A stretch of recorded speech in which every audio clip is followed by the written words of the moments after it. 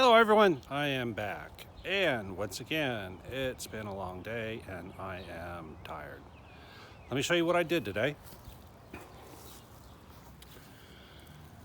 Alright, so underneath all of these body parts is the actual part, the front end off of the C2 Grand Sport.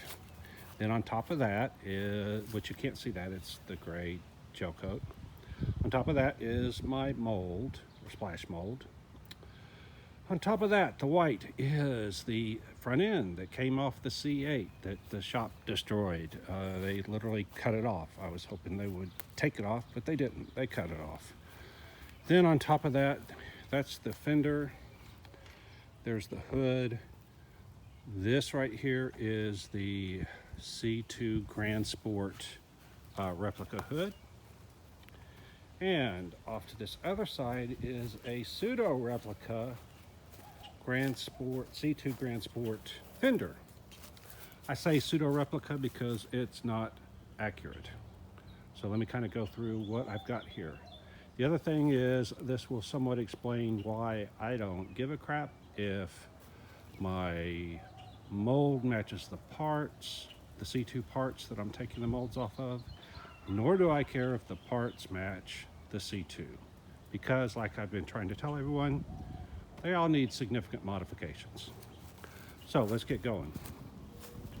Okay, so the white is the C8. I know it fits the C8 because it came off of the C8. Now, my original plan was to have these body panels mount the same way that the body panels on a C8 mount. That would make it to where I get a C8, I literally unbolt all of the panels, which is going to be, I don't know, 200 screws or something like that. Then I bolt on my panels, and then that's the majority of the conversion done. Now I still have to do the door skins, and I just could not figure out any way around that unless I left the stock C8 doors on there, and I didn't like the way they looked. I didn't think it flowed. I didn't think it enhanced the look. Anyway, and that's what the shop was trying to do with my car. They go, oh, well, if you leave the C8 doors on there, then you don't have to swap them out. Yeah, and then it's got that stupid ridge on the side that doesn't even match a C2 or a Grand Sport. So I vetoed that. I would rather swap out the door skins than have doors that look like they go on something else. Okay, so I know that the white part fits on C8 because it came off. So if you look at this, one of the things that, and again, I didn't know these differences until I had everything in front of me. The nose right there, the white part, see how wide it is? If you look at the Grand Sport, it is significantly wider. What is that, about 6, 8 inches, something like that? And an inch and a half right there. Obviously that would be centered. It can't be centered because there's interference fit right there. So that's one of the things that's different is the width of that nose piece.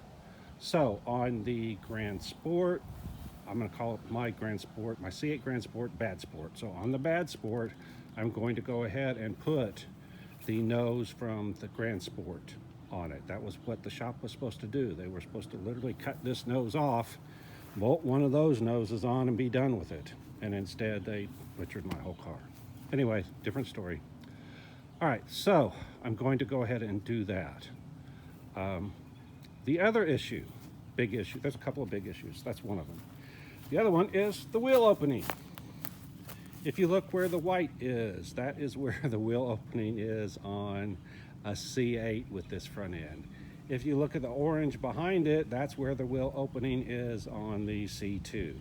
You can see that the C2 wheel is, I measured it earlier, it's 13.5 inches further forward. So if I were to use the parts from the C2, the wheel well still has to be moved back 13.5 inches. So there's no point in worrying about the mold being an exact copy when I gotta cut it and section it and do all that stuff anyway. The other thing you can see is, look at the difference in height. Oh. You can see that the white is almost even with the top. It's off by an inch. But if you look at the bottom, there's a good, what is that, 6 inches? So the C8 retrofit, the Bad Sport, The body has to be extended down another 6 inches. Again, why bother copying the C2 closely when it's going to require major modifications? Let's see what else. Oh, okay. Now, this blue fender is the one that came off of the C2 Grand Sport pseudo replica. I say pseudo replica because it's not accurate. Why is it not accurate? Well, if you look right here, see the headlight right there? It's hard to tell because it's been butchered or wrecked or whatever. Anyway, what happened is on the C2s, the headlights are in a pocket right here, and they're actually covered on a normal C2, and they have flip-up headlights. So when you turn the lights, this thing turns 180 degrees. The headlights, when they're off, actually the lamps are pointing backwards, and then when you turn it on, they flip 180 degrees. Really cool, but they're $2,500 a pair, and at the time I didn't want to spend $2,500, so I just got Lexan covers. Now, the issue with the conversion for the Lexan covers is that the actual Grand Sport doesn't have this outside piece right here. It comes straight across where the back of the headlight is, and the Lexan actually comes around here and makes this curve right here. So this whole front end from here out is Lexan. All right, so that's one of the major differences from some of the pseudo replicas and the ones that are more accurate. Okay, and so you can see that the back of this is flat where the headlights go. And if you look under here, you can see that was the area of the actual Grand Sports where it's different. It's very contoured. The headlights actually mount in that pocket. Okay, the other thing is the turn signals. On a normal C2, the turn signals are on the outside of the body, and they have kind of a tube shape that comes out here. On a real C2, it's not that long, but I had to extend the front end to make it fit on the C8. Okay, if you look at the Grand Sport, they moved those. So the outside does not have the bulge for the headlights. You can see it's contoured around there. I'm sorry, for the turn signals, and the turn signal is moved inside. Now on the pseudo, the turn signal actually sticks out a little bit. If you look at the actual Grand Sport replica, the turn signal is sunken in significantly. So again, minor difference, but it is a difference. As far as across the front, the honest truth is I don't know. Apparently either that part is still at the shop or it got lost or whatever. Not a big deal. I actually had the molds to make that cross piece right there. Anyway, but I do remember I had to do some modifications, actually some pretty heavy modifications. But we'll look at that when the time comes. Let's see what else. All right, so oh, of course, the hood. There is the Grand Sport replica hood. Again, the reason why I don't care how accurate it is, because it doesn't matter. Okay, so you can see that the hood for the Grand Sport is rectangular, basically, with the vents. If you look also, it's longer than the hood on the C8. If you come to the back, what I did was I lined up the back edge, so that's pretty close to where it would be. This is where the actual back of the hood on a C8 would be, where this white is. Okay, so I lined up the back of this. Well, the problem is, if you come up here, you can see that it's a little bit longer than that. Not a lot, but a little bit. If you look straight down, if you look from here, I can make it look like it would fit. If it was, I don't know, something like that. But it won't. So I either have to shorten this and narrow this, or what I could do is, let's say it's 6 inches difference between the two. I could extend this out another 6 inches. I can't see what's under there. Yeah, it's about the same. It's hard to tell. But if you look, the distance from the peak here to the peak of the nose is about the same between the two. Also, if you look, this sticks out further because it won't push back because of this piece right here. So if I were to push this back, the front of this would be even with that. trying to think if that impacts anything. I don't think it does. Anyway, my brain's not working. It's been a long day. I'll have to think about that. That might fix itself. Let's see. It would still take a little bit. I could move this thing forward a couple of inches until the taper of this matches, or another option would be, Charlie and I discussed this, I could shorten this. These are long vents that go this way, and then these are vents that go laterally. So I could cut 6 inches out of this and make these vents shorter. Anyway, if you have a preference or opinion, let me know. So those are my options. I can shorten these longer vents by 6 inches, or I can move this front edge back by 6 inches, which will require some reshaping of this that I think would be more difficult than cutting 6 inches out of that. I don't want to extend the front end anymore. It already sticks out enough as it is. Anyway, so let me take this off. It's a little bit heavy and hard to do one-handed. There we go. All right. The other thing, this is the shape of a C8 hood. All right, it's a rather unusual shape.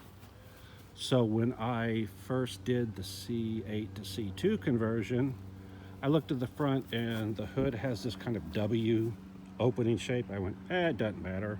I'm going to make my body match the C8 again for ease of building a car. Then when I got it done, I looked at it and went, you know what? That W thing just doesn't look right on this car. It would be okay, but how hard is it be to make this square it off? So I'm thinking about doing that, going ahead and squaring off the nose of this so it more matches the C2. I don't know if I can pull these edges in because I have a strange feeling that there's something on the C8 you need to get to when you open the hood. I will have to check and see what's under there. I just don't remember. They've had my car for 9 months. I don't know what it looks like under the hood. So I might square it off a little bit and then go back. I don't know. Again, let me know what you think, if it's going to matter. Obviously, the easiest thing to do would be to do what I did, is go ahead and leave this. I would just get rid of the W right here. I would just come straight across right here, or I could curve it, whichever isn't significant to me one way or the other. So again, if you have a preference, it might look strange having this nice curve here and then all of a sudden it goes straight and then it curves again. It might be better if this did actually make a semicircle, we'll call it, in the front. Again, if you have a design preference, I honestly at this point don't care. I just want to get the car done. Okay, so take off this blue fender here.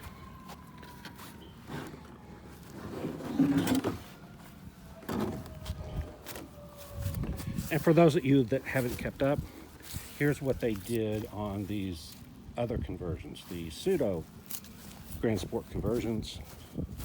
The top part that you see here is the actual C2 Corvette, the original 1964 Corvette in this case.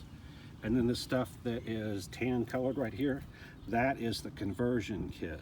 So what they did was they cut off the fenders of the C2 and then grafted on these Grand Sport fenders, mostly to get the flares and the vents to match. And again, to move that turn signal in, not exactly like it is on a real one, but move it in more so. So you can see what they did probably was pop riveted or screwed the panels together and then used bonding compound, it looks like, to glue the two together. That stuff is really strong. People don't realize it's actually stronger than the original material. I don't know, that's a bit of a cluster where they did that. I think they could have done a better job. But on my car, I didn't do it. I'm just taking over. So luckily, all of this is going away. Now, that's another thing, is this fender is now junk. So I can use this fender to make duplicates. So it is a lot like the actual Grand Sport replica, with the exception of that headlight area and the turn signal area. So the back part of this does match the C2 Grand Sport. All right, so now you can see the difference. The orange again is the C2, the white is the C8 conversion, and you can see right there the difference between where the wheel opening is. All of that had to be added to the front right there. So for the actual C8 to C2, I'm probably going to just copy this. And then when I do the C8 to Bad Sport, I'm going to move that turn signal, maybe. The problem is that was a lot of work to get that contour in there and get those fit in there and still fit on the C8 as far as the mounting points. So I don't know about cutting that tube out. I guess I could cut that tube out. What I'm talking about is right here. So what I would have to probably do is make this just curve in like it does on that one. Make that curve in, get rid of that. Same thing, on this one. So if you ignore where the light is, which I don't think would impact this at all. Flip this over. There we go. So the front end would look like that, where this curves in right there, instead of having that tube that extrudes out right there. But it does mean that at some point it's still going to have to come out to cover the tire, the front tire. Doesn't have to on the actual C2s. The tire sticks way out down here. It is only partially covered, it's actually exposed. Whereas on the C8, the entire tire is underneath the fender. So again, if you have a preference, I don't care one way or the other. Again, I just want it done. All right, I am going to add the fender flare to that. So that's the part right here. So you can see it sticks out back here, which it does not have on this one. So I will do the same thing. I'll end up taking that and grafting that fender flare onto here. Again, another reason why it doesn't really matter, because I'm going to have to cut that section off and then graft it onto there. The other thing is, if I remember right, the front of the C8 fender opening, wheel opening, I made it curved to match the tire, the radius of the tire and the diameter of the tire. Let's see what this is. It's just a little piece. You can see anyway, they destroyed my car. Let's see what the other side looks like. A little bit better. Okay, so I haven't decided what I'm going to do about that front edge, whether I'm going to follow the radius of the tire or not. The thing with the C2 is, if you look, it stops abruptly. And again, like I said, it stops abruptly and the tire is exposed. Okay, what else is there? I think that's got everything. So today what I did was I already had the gel coat on the Grand Sport front end and the first layer of fiberglass matte, which made the thickness about 45 thousandths of an inch, which makes it to where it's somewhat flexible. So then I took the mold off of the front end. People were trying to tell me it would be mold bound, blah, blah, blah. It wasn't. I got it off. Then the key thing is, not only did I get off, I was able to put it back on. So if it was mold bound, I would not have been able to put this back on. So I can take this front end, the mold, and take it on and off of the front end as I choose. So what I did was I added the second layer of fiberglass cloth, matte and resin.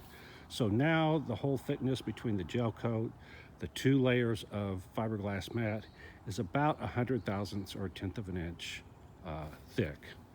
That is about the thickness of, honestly, the Grand Sport parts themselves, because they concentrated on making that car lightweight. If you go to a production type, they're probably twice that thick. but also twice that heavy. So I haven't decided whether I want to make this a lightweight or go ahead and add basically double the thickness so that it's a little stronger, a little more robust. I don't know. Let's see what else. Oh, I was not able to do the whole thing because of time. So what I did was I did all of the surfaces that I could with the front end sitting at this angle. What I need to do tomorrow is, or sometime in this next week, flip this thing over and get to the surfaces that I cannot get because they're upside down right now. And rather than fight gravity, it's a whole lot easier just to flip this thing over and do the bottom side. Same thing with the front end. I did not do all of the front end. And in fact, I didn't even do this back cross piece right here. I was going to do it, but again, I'm tired. It's the end of the day. So what I'm going to do is, like I did with all of these details here, I put this whole thing on its end. I actually hung it from that aluminum ladder over there, then climbed up on the gazebo, stood on the bench on the gazebo, and then worked to where all of this was vertical. So actually this surface is horizontal. So I was easily able to add fiberglass mat. So I'll add, again, this is just one layer right now. So I will add another layer to make it twice as thick. So again, that's 45 thousandths thick. This area right here is 100 thousandths thick. So I will make the areas that are thin 100 thousandths. When I did remove the mold, I did have to damage it, but I knew that ahead of time. So you can see some areas right there where there's some gel coat. Well, the reason why is because I had missed putting fiberglass cloth mat on that. So it was pure gel coat.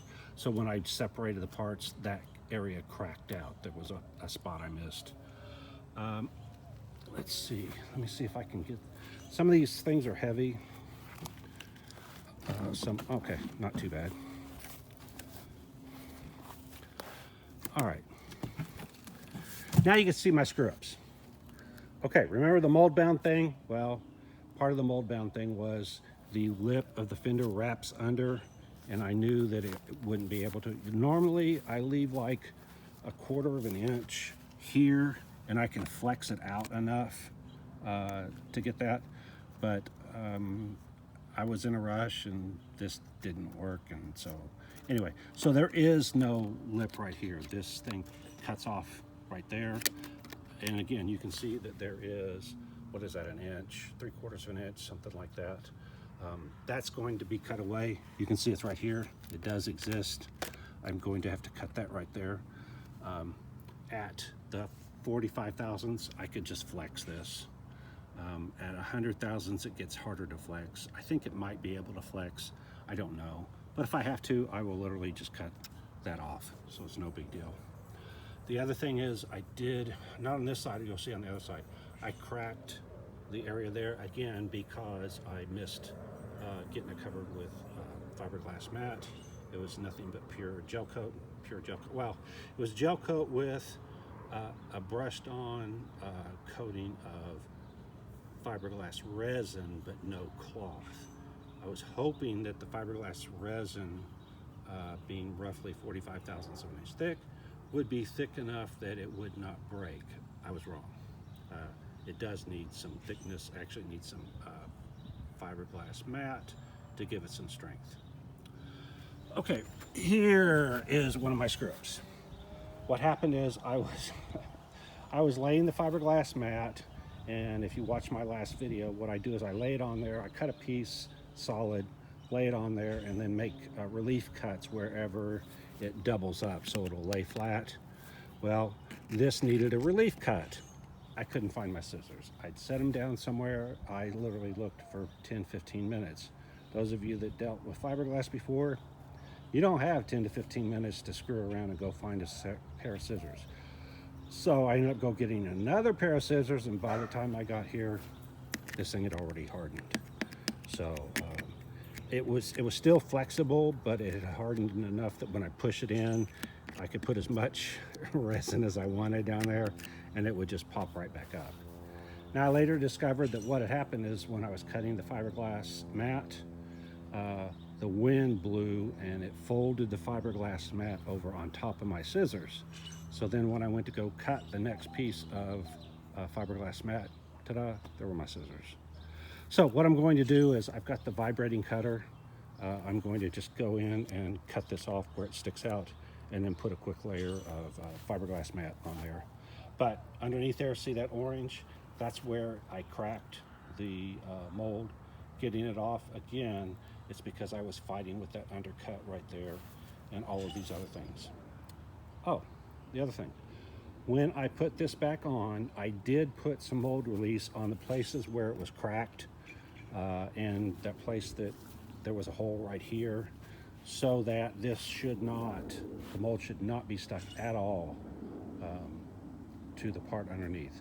I don't want to mess with it because it's only been sitting a couple of hours since I did it. But tomorrow morning I will check it, and ideally this thing will just pop right off. All right, I would take that hood off, but it is heavy.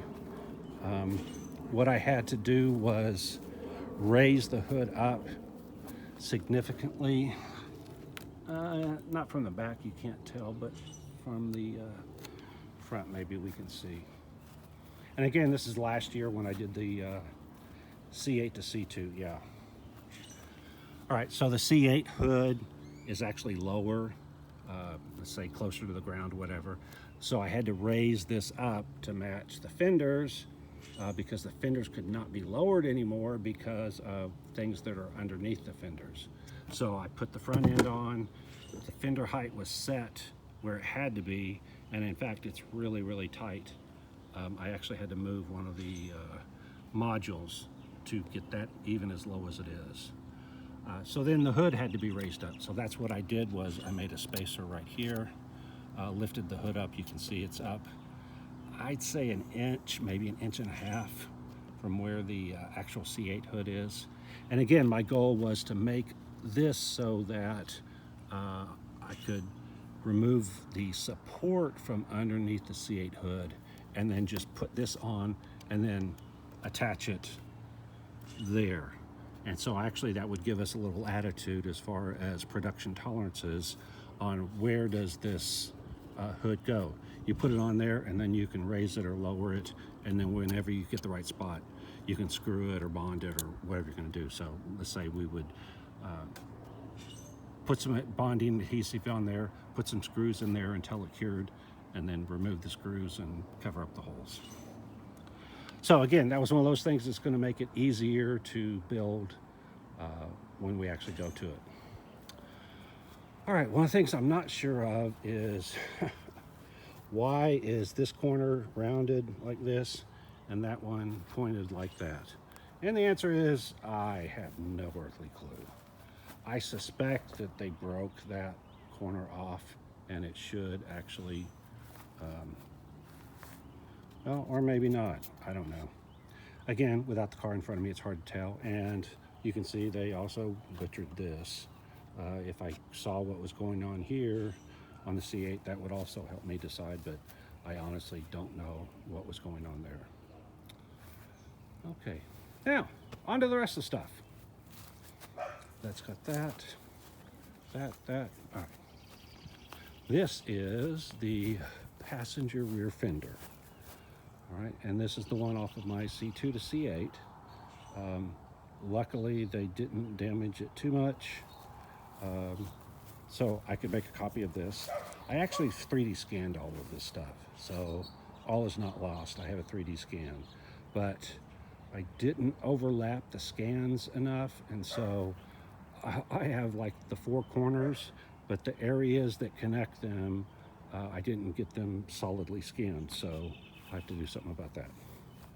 Again, it was in their shop and they were sanding in there, and the sanding dust was so heavy that my scanner couldn't even see the thing. It kept saying you're too close to the car, and I wasn't even close to the car. It's because it was seeing all the sanding dust and saying, oh, well, that's an object I'm supposed to scan. I can't be that close. All right, there's the door skin.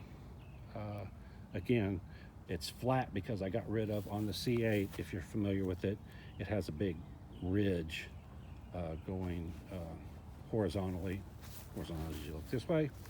I got rid of that. I wanted a flat door like on a C2, and that opens up the area for the vent. Here is the rear corner of a Grand Sport. Right next to it, this is the off of my C8 to C2 conversion. You can see that the general shape matches between the two. Not exactly.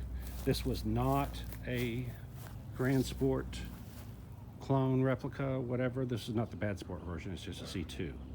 A popular thing to do, a normal C2 only has 2 tail lights. A popular thing to do back then was to add a third tail light. What that does is it allows you to have sequential turn signals. So when you do a right turn, it would light this inside, then this one, then this one, then it would start the sequence over again. With 2, it looks like a school bus with the 2 lights flashing back and forth. So that's kind of retarded. Oh, sorry, that's probably not politically correct. Anyway, it's not attractive. So I decided I've always liked that third tail light. I like sequential turn signals. So the only way to do it was to add that extra tail light. Now on the Grand Sport, these 2 are tail lights. This is a vent hole.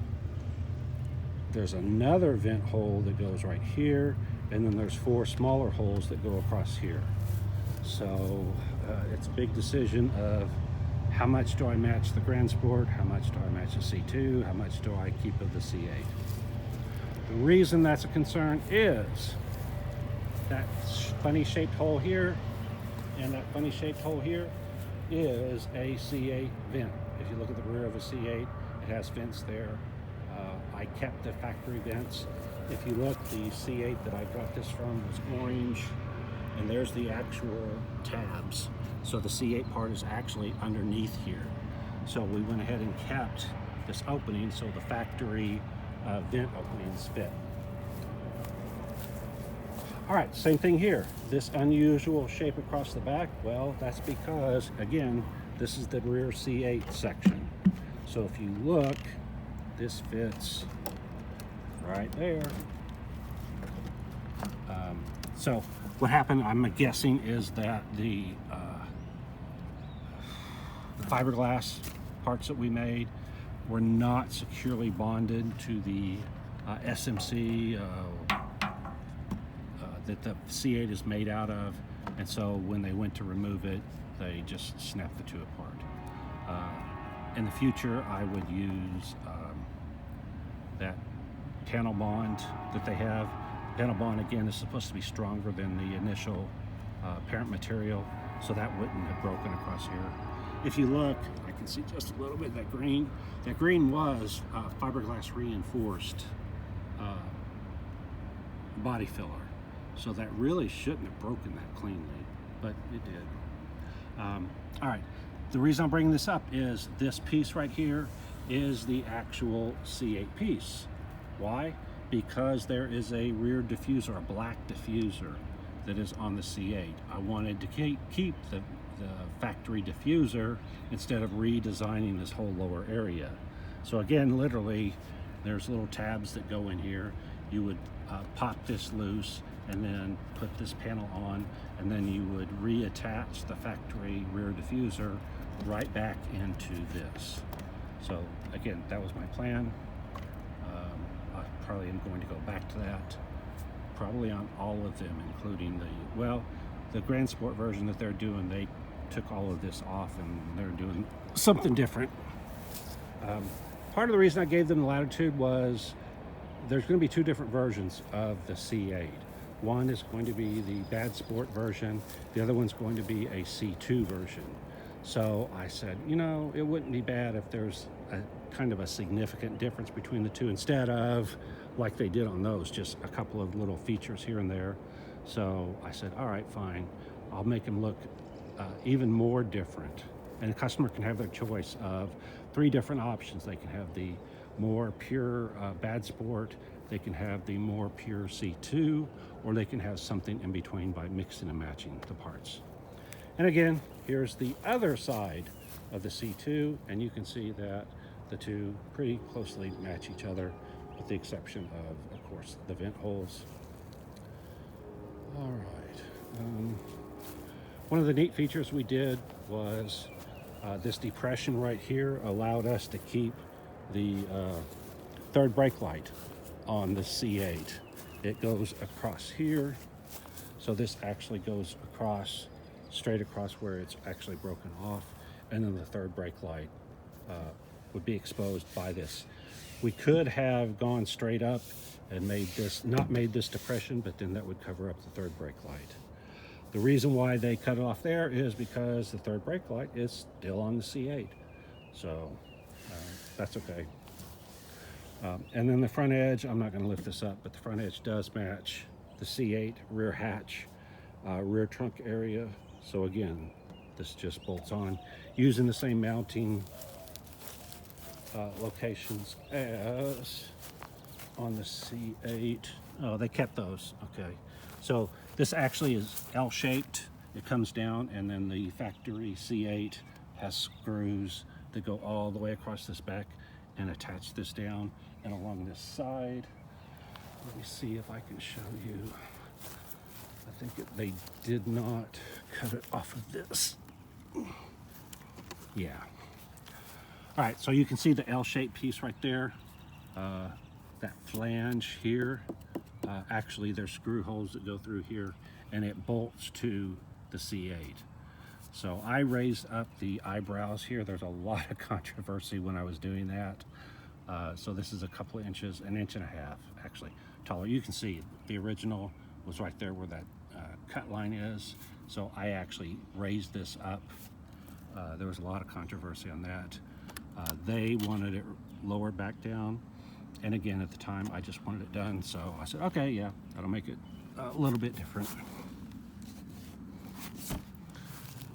Okay, there we go.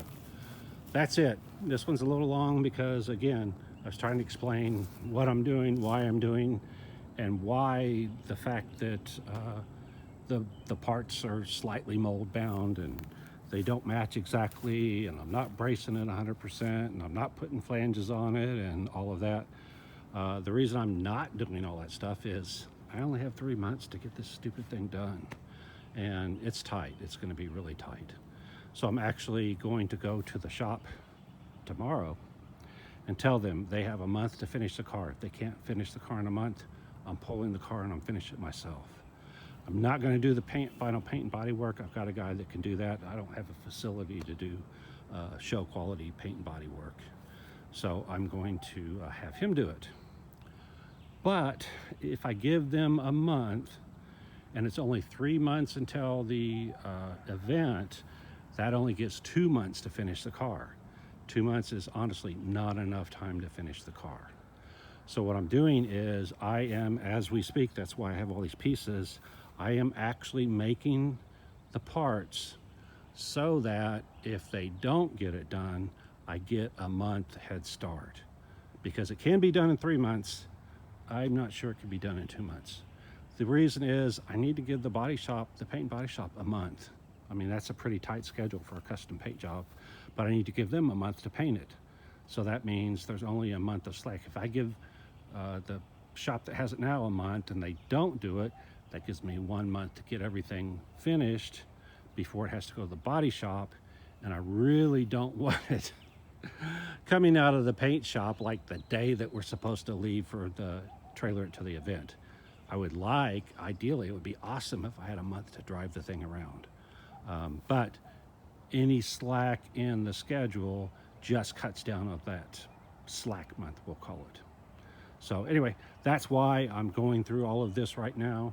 Otherwise, I wouldn't be doing this, but this is my backup plan if the shop still screws up. And honestly, they've had my car 9 months to do a 3-month job. Not even a 3 month, a 2-month job. So at the rate they're going, they're not going to finish it on time. So this is my backup plan. If they continue like they're doing and they don't finish it, I am setting it up so that I can finish it myself. All right, that's the whole story. So this is why I keep telling the people that give me a hard time about what I'm doing and why I'm doing it and why I'm not making flanges and making it 100% production ready mold is because it's a one-use mold. As soon as I'm done with it, honestly, I'm probably going to end up throwing this stupid mold away. I don't have the space to store it, and storing them, it'll have to be stored outside.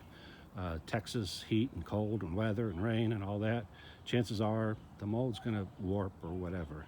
And of course, they really get upset about that.